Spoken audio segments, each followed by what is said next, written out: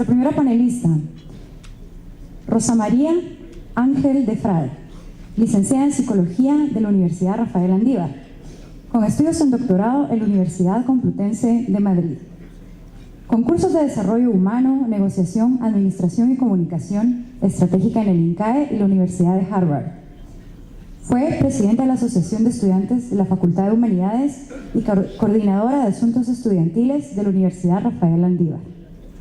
Consultora y asesora en relaciones laborales y comunicación corporativa de importantes empresas como la Cervecería Centroamericana, la Asociación Nacional del Café, vicepresidenta del Desarrollo Humano de Central American Bottling Corporation, embotellador ancla de Pepsi para Centroamérica y el Caribe, miembro de la Junta Directiva de la Asociación de Gerentes de Guatemala, secretaria de Comunicación Social de la Presidencia del año 2004 al 2006, durante la administración de Óscar Bechet, diputada electa por el Estado Nacional para la legislatura del 2008 al 2011 y por tercer año presidenta de la Comisión Nacional Extraordinaria por la Transparencia del Congreso de la República, ponente de la Ley contra el Femicidio y otras formas de violencia contra la mujer, de la Ley del Acceso a la Información Pública, de reformas a la Ley de Contrataciones del Estado,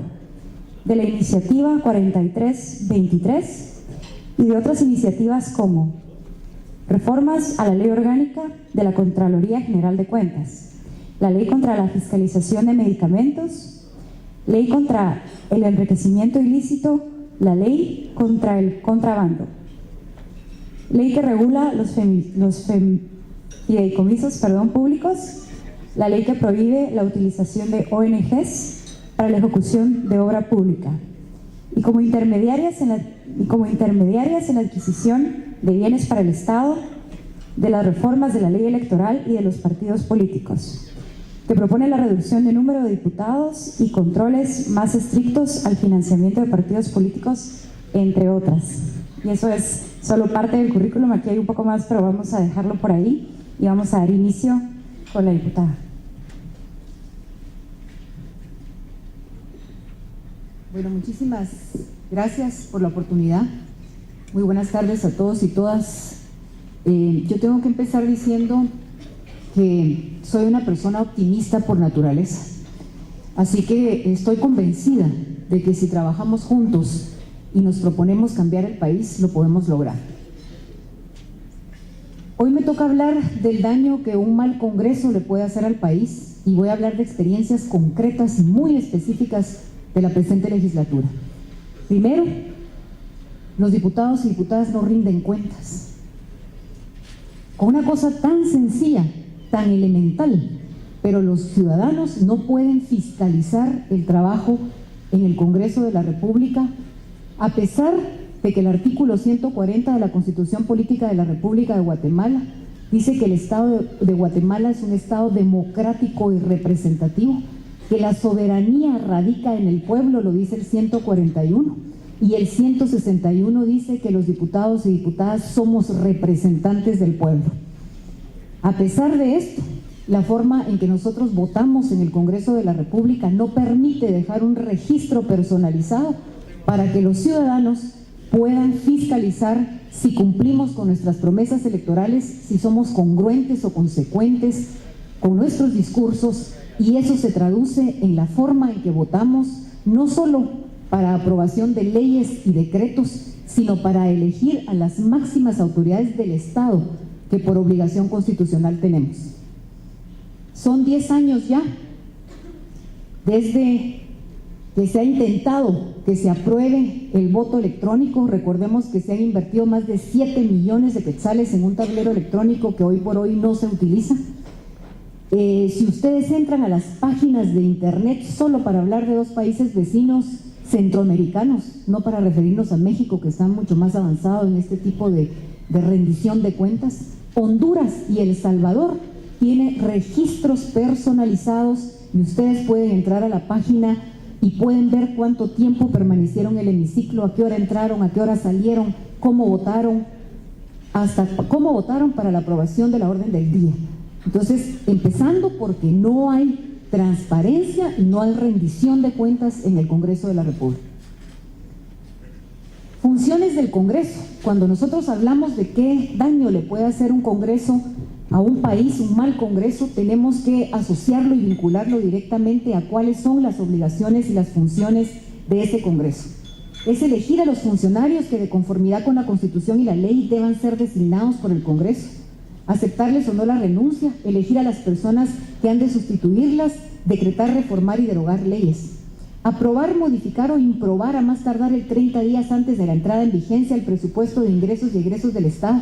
El Ejecutivo deberá enviar el proyecto de presupuesto al Congreso con 120 días de anticipación a la fecha en que se principiará el ejercicio fiscal, si al momento de iniciarse el año fiscal el presupuesto. Si no hubiera sido aprobado por el Congreso, regirá de nuevo el presupuesto en vigencia en el ejercicio anterior, el cual podrá ser modificado o ajustado por el Congreso. Decretar impuestos ordinarios y extraordinarios conforme a las necesidades del Estado y determinar las bases de su recaudación. Aprobar e improbar anualmente en todo o en parte y previo informe de la Contraloría de Cuentas el detalle y justificación de todos los ingresos y egresos de las finanzas públicas que le presente el Ejecutivo sobre el ejercicio fiscal anterior. Decretar honores públicos por grandes servicios prestados a la nación. Entonces empecemos a hacer un análisis de esa gran responsabilidad que tiene el Congreso, porque tiene una altísima responsabilidad en el ejercicio de la justicia. Hay independencia de poderes, pero al Congreso le corresponde elegir a los magistrados de la Corte Suprema de Justicia y la Corte de Apelaciones. Pero las elecciones, en la mayoría de los casos, se dan no por su capacidad y la probidad, sino por intereses políticos y después para servirse de los funcionarios que finalmente se terminan eligiendo o designando. Recordemos, traigamos a la memoria lo que sucedió con la elección de los magistrados de la Corte Suprema de Justicia y la Corte de Apelaciones.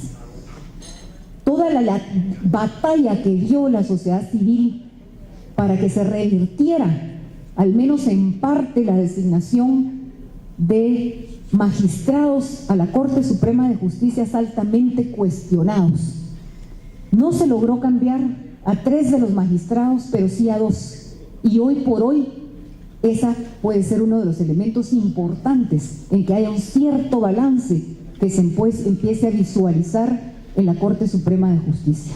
Una de las personas que quedó fuera y que ya había sido electa y que se revirtió la elección es nada más y nada menos que hermana de uno de los diputados más prominentes de la Unidad Nacional de la Esperanza.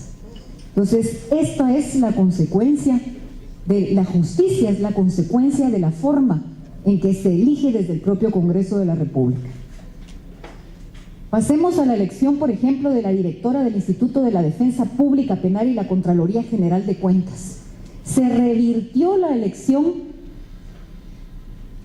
de la Contralora General de Cuentas, esto es una referencia más de lo que sucedió en la elección de magistrados electos a la Corte Suprema de Justicia y la Corte de Apelaciones. Ustedes se recordarán que la CICIG vinculó a 6 de los 13 magistrados electos en Guatemala a integrar una estructura paralela de poder. El Congreso, bajo presión internacional para enmendar la elección de magistrados de la Corte Suprema de Justicia, Ban Ki-moon pidió al Congreso que elija jueces incuestionables para la Corte Suprema de Justicia. Ese no es más que parte de esa historia reciente, donde se tuvo la oportunidad de que se cambiaran todos los magistrados cuestionados y sin embargo, como le refería hace un momento, se logró cambiar únicamente a 2. Y solo una referencia, cuando uno analiza los currículos de las personas, lleva a cabo las entrevistas para tratar de seleccionar a los mejores candidatos, se presenta el día de la elección en el Congreso de la República y mágicamente ya tiene la mayoría un determinado grupo de personas, porque las negociaciones se han hecho los días anteriores o la noche anterior a que sean electos esos magistrados, esas figuras tan importantes a la impartición de justicia. Vamos a recordar también entonces lo que sucedió en el caso del nombramiento de la directora de la Defensa Pública Penal y de la Contralora General de Cuentas. La directora de la Defensa Pública Penal, si ustedes se recuerdan, fue cuestionada, fue altamente cuestionada por nepotismo y corrupción. Se repitió incluso la elección Se tuvo que repetir el proceso en las comisiones de postulación. ¿Y para qué? Para que terminara siendo reelecta la misma persona que había tenido todo este tipo de cuestionamientos y problemas, y muchos de ellos plenamente probados de corrupción y nepotismo. Hoy por hoy es por segundo periodo consecutivo la directora de la defensa del Instituto de la Defensa Pública Penal, una de las partes fundamentales en el sistema de justicia. Y ahora hablemos de la Contralora General de Cuentas. Con un poco más de 20 puntos de calificación, una de las más bajas calificaciones de las comisiones de postulación. Y todo empieza desde las comisiones de postulación, porque lo que hizo la ley de comisiones de postulación fue aflorar el cáncer que lamentablemente existe en estos procesos y procedimientos que nos llevan a tener a las autoridades de justicia y a una de las responsables más importantes, que es la de la fiscalización y auditoría, de acuerdo a lo que establece la Constitución Política de la República de Guatemala, y además de controlar la calidad del gasto público. Es la persona con la calificación más baja, la que se eligió en el Congreso de la República, que mágicamente llegó como uno de los candidatos y fue electa por más de 105 votos en el Congreso de la República. Perdón, me olvidaba decir que venía de trabajar en Fonapaz. El fideicomiso de Fonapaz fue su cargo anterior a haber participado y haber sido electa Contralora General de Cuentas. ¿Qué no decirles en la elección, por ejemplo, del miembro del directorio del RENAP, del Registro Nacional de las Personas, una de las instituciones que ha tenido el funcionamiento y el servicio más nefasto a los ciudadanos, cuando debería de ser uno de los más eficientes, porque estamos hablando de la certeza jurídica de las personas individuales, del derecho a la identidad y del derecho a ejercer, a votar, a poder votar, a elegir y ser electo? Esa es la institución que administra esos derechos ciudadanos y que le ha negado a muchos guatemaltecos y guatemaltecas el derecho a la identidad. Ahí se eligió por parte del Congreso de la República al señor Radford, vinculado a una estructura de corrupción que todavía hoy permanece y que sigue minando a una de estas instituciones del Estado. Los vínculos nefastos del Congreso hacia este personaje fueron para las contrataciones, hicieron del RENAP un botín, no solamente las contrataciones de servicios, sino también incorporando personal que fue recomendado por diputados en toda la estructura del RENAP. Esas son las consecuencias de un mal Congreso, y que eso lo tienen que vivir los ciudadanos y ciudadanas en el día a día. Pasemos también ahora al caso de la magistrada suplente de la Corte de Constitucionalidad, esposa del socio del abogado Trujillo, que es nada más y nada menos que el abogado de la pareja presidencial, además íntima amiga de la señora Sandra Torres. ¿Qué objetividad va a tener, qué independencia para las decisiones que tenga que tomar en la Corte de Constitucionalidad? Y este fue otro más de las elecciones que de la noche a la mañana aparecen como un consenso en el Congreso de la República. Hablemos ahora, ese es el ejemplo de lo que ha ocurrido solo en esta legislatura, en la elección de las altas autoridades que el Congreso tiene la obligación de designar. Pero hablemos del presupuesto general de ingresos y egresos del Estado. Solo quiero recordarles a ustedes que el presupuesto, para compararlo con lo que fue el último año del gobierno anterior, eran 40.198 millones de quetzales, y hoy el presupuesto son 54.390 millones de quetzales, es decir, 14.000 millones de quetzales más, pero la Corte Suprema de Justicia tuvo en el año 2010 menos 16% en su presupuesto. Son 54.390, pero la Corte tiene un presupuesto de 1.110 millones de quetzales. Y ese presupuesto no solamente no se ha modificado sustancialmente, sino que no responde a las necesidades de seguridad y justicia. ¿Para dónde se fueron esos 14.000 millones de quetzales? No se fueron al combate de la impunidad. El Ministerio Público tiene 613 millones de quetzales y es el responsable de dirigir la investigación para acabar con la impunidad en el país. Y esto es aprobado por el Congreso de la República. ¿Y de dónde vienen las negociaciones? Vienen de negociaciones estrechas con el Ejecutivo y vienen de ese tipo de prebendas y de obras que se van negociando y gestionando a través de todo el proceso de preparación del presupuesto. Estoy segura de que Edgar les va a ampliar, pero del año 2007 teníamos una deuda de 56,000 millones de quetzales, hoy de 91,000 millones de quetzales y se perfila 99,000 millones de quetzales. El servicio de la deuda, que es lo que pagamos anualmente de intereses por esa deuda, viene de 5,500 millones de quetzales en el 2007 a 8,400 millones anuales en el 2009 y ellos la están perfilando a 9,600 millones de quetzales. Nos estamos endeudando para pagar funcionamiento y nos estamos endeudando para pagar servicio de la deuda. Esa es la y eso es aprobado por el Congreso. Y si nos vamos a los valores críticos de esa deuda comparado con los ingresos netos del Estado, el valor crítico es un 250% más de esos ingresos netos y hoy estamos en un 219 y lo perfilan ellos para llevarlo a un 224.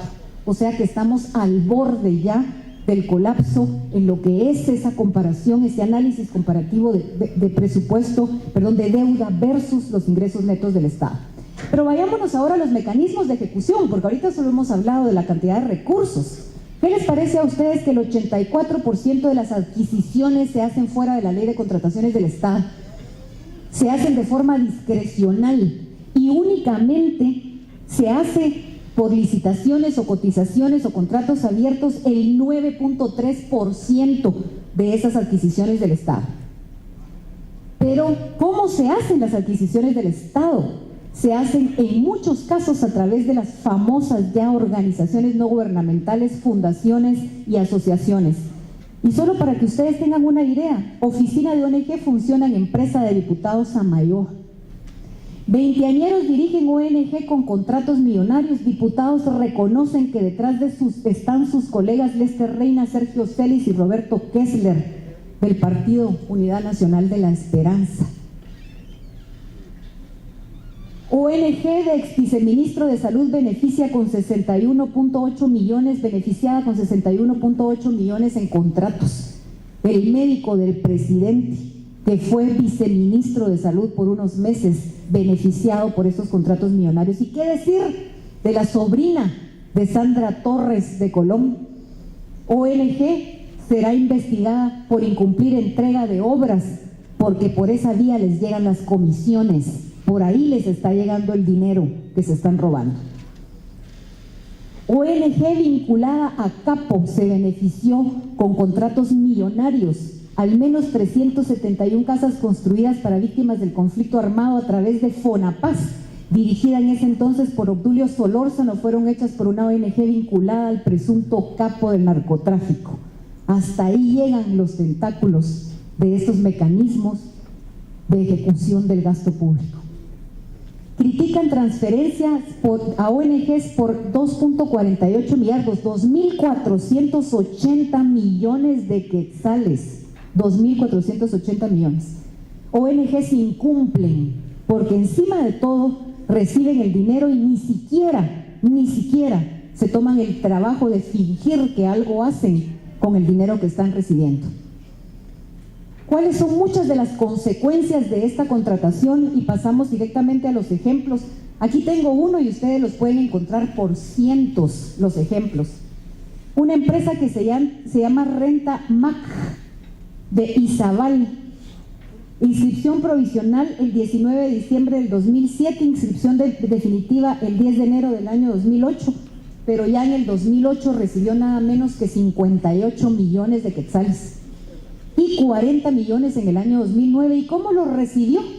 A través de la Fundación para el Desarrollo y Tecnología FUNTEC, y a través de un convenio de la Secretaría de Coordinación Ejecutiva. Y nos vamos más adelante, 29 millones de un fideicomiso llamado Covial.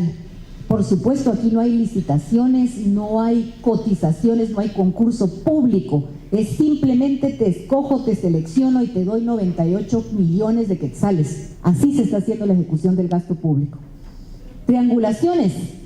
Es impresionante ver las triangulaciones, me voy a apurar porque creo que el tiempo ya... Las triangulaciones de las ONGs, fideicomiso ONG a personas individuales. Y aquí tenemos varios ejemplos y voy a ir un poco más rápido. Gaby, por favor, me apoya. ¿Qué pasa? Y cuando nosotros vemos, pero ¿qué cuento es este de que viene la Contraloría General de Cuentas y con toda esa vinculación y qué es lo que hace la Contraloría y cómo se beneficia esa relación con los diputados? Pues, ¿qué les parece que no audita las ONGs? Vayámonos un poco más adelante, Gaby, por favor. 1.500 millones entregados a organizaciones no gubernamentales, cero auditoría. Pasó de noche la Contraloría por esas ONGs.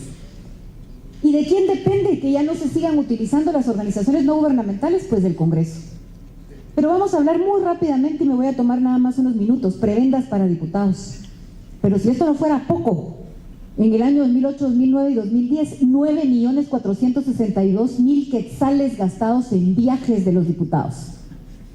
Y esos son los lugares, los destinos preferidos de los diputados, ahí fue donde más viajaron. Y aquí hay algunos ejemplos para que usted vea los cientos de miles de quetzales que se gasta cada diputado en los viajes y cuáles son las consecuencias favorables para el pueblo de Guatemala. Ni una sola ley propusieron, nada bueno hicieron después de haberse ido por esos periplos. Pero no solamente los diputados viajan, también los funcionarios administrativos, y si no, veamos este conserje del FRG, que le dieron 30.000 quetzales de viáticos para que se fuera un viajecito a La Habana, Cuba. ¿Y qué decir de los fondos rotativos? Se asignan 27 millones de quetzales en 4 años, ¿y en qué se los gastan? Y ustedes habrán visto no hace mucho tiempo un reportaje de uno de los medios escritos: cevicherías, 7 caldos, ropa. En eso se gasta el dinero. ¿Y qué compra ese dinero que recibe el que viaja, el que tiene el fondo rotativo? Votos. Votos, señores. Aparte de que se compran votos con el dinero que se da a la ONG, se compran votos con los viajes, se compran votos con los asesores, se compran votos con los espacios. ¿Y qué no decir de los 80 millones? Yo soy de las que no me conformo con que digan que se hizo una mala inversión, porque esa mala inversión tenía un objetivo: recibir comisiones, y tenía el objetivo también de recibir préstamos que después no pagaban. ¿Y por qué no actúa la justicia? Porque la justicia la eligió el Congreso, y ahí están los tentáculos perversos que existen y que son la consecuencia de un mal Congreso. Es la impunidad de la corrupción que viene de los mismos diputados. ¿Y el pueblo de Guatemala qué?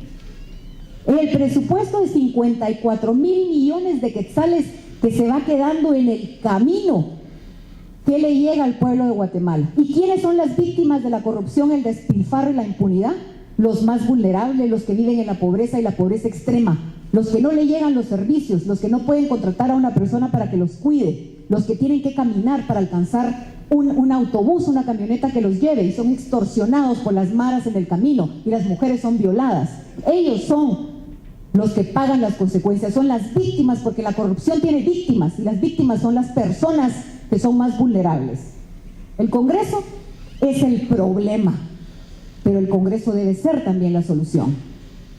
La renovación del Congreso, pero una renovación donde se pueda elegir con nombres y apellidos, donde podamos hacer los ciudadanos finalmente una elección nominal. Y siempre la participación de la sociedad civil es fundamental y es esencial. Yo puedo mencionar tal vez 3 leyes que ha aprobado esta legislatura que pueden ser de beneficio para el país, como puede ser la ley de comisiones de postulación, la ley de extinción de dominio, la ley de acceso a información pública y alguna otra. ¿Pero por qué se aprobaron? Porque la sociedad civil estuvo presente en el Congreso de la República, señoras y señores. No se aprobaron por iniciativa del Congreso. Hay que hacer una especie de apostolado de la ciudadanía para rescatar el Congreso. El Congreso no se le puede dejar solo, jamás, nunca. 90 nuevos diputados en esta legislatura. ¿Cuántos diputados trabajan en la fiscalización? ¿Cuántos diputados propusieron iniciativas de ley? ¿Cuántos diputados están comprometidos con el desarrollo del país? No se le puede dejar solo al Congreso. Tenemos que luchar por hacer un cambio en la forma en que se eligen los diputados y diputadas, pero también hay que caminar y hay que hacer presencia y hay que obligarlos y que hay que obligarnos a que rindamos cuentas, por ejemplo, con una iniciativa como la 4323. Yo me quedo hasta aquí diciéndoles que tenemos un mal Congreso, que le está haciendo un daño terrible al país, que lo está destruyendo, que está permitiendo que el flagelo de la corrupción consuma los recursos, los pocos recursos del Estado. El Congreso es el culpable de la impunidad, es el culpable de que no tengamos seguridad y justicia, porque el Congreso tiene en sus manos las decisiones de ser el peso y el contrapeso del organismo ejecutivo. El Congreso puede cambiar el presupuesto, por eso le leía lo que decía la Constitución Política de la República de Guatemala. Tiene la obligación y la responsabilidad de legislar para el interés nacional y no para los bolsillos de los diputados, como hoy está sucediendo. Pero lo podemos cambiar, y la única forma de cambiarlo es con la participación de todos y todas. Muchas gracias.